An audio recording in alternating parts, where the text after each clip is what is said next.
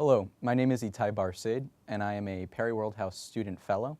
And today we are with Professor Mike Boyle, a Professor of Political Science at LaSalle University, and a visiting fellow here at the Perry Worldhouse. Pleasure to be here. It's great to see you today, and the panel was very interesting. Thank you. So a few questions. Mm-hmm.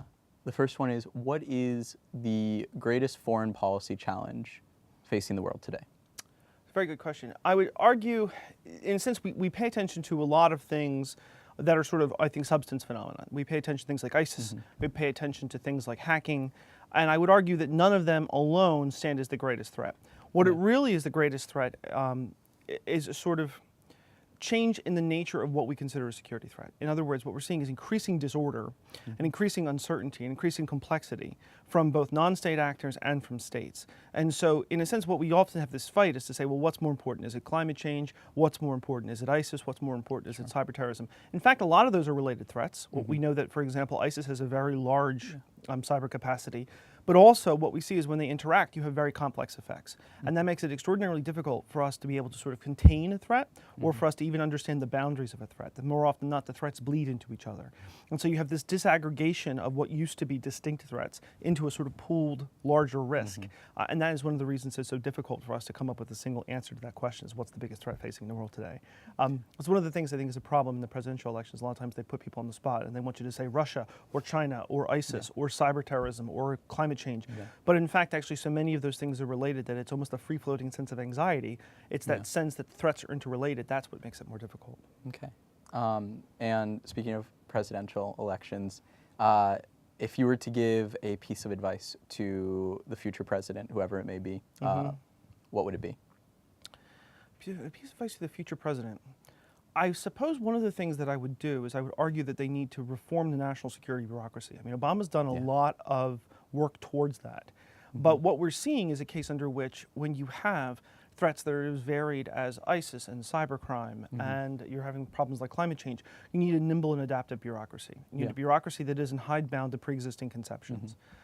One of the things that I think that would serve the United States government very well is if they had a House skeptic. If you go back to the Kennedy administration, they often had people who would be in the room with the president challenging the preconceived notions. Because what we know about bureaucracies is that when people discuss threats and bureaucracies, there tends to be a kind of groupthink that emerges where we come to a consensus over what's the most important threat and a consensus over the most important way to deal with it.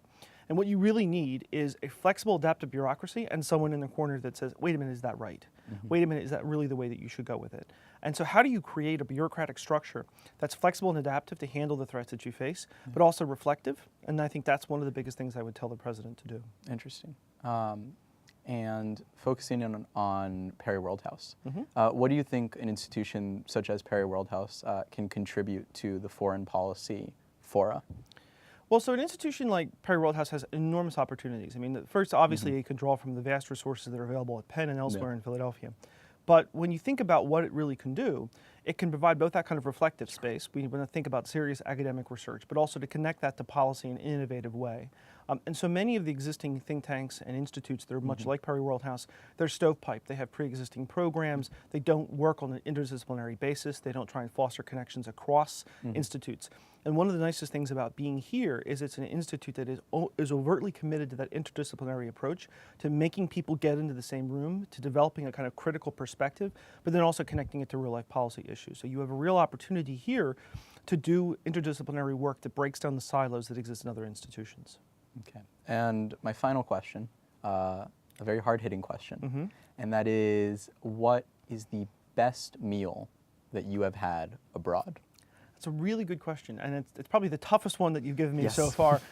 Thinking about this, I would probably say it was in London. I was in a fantastic Indian restaurant in London and was challenged to take the spiciest meal on the menu.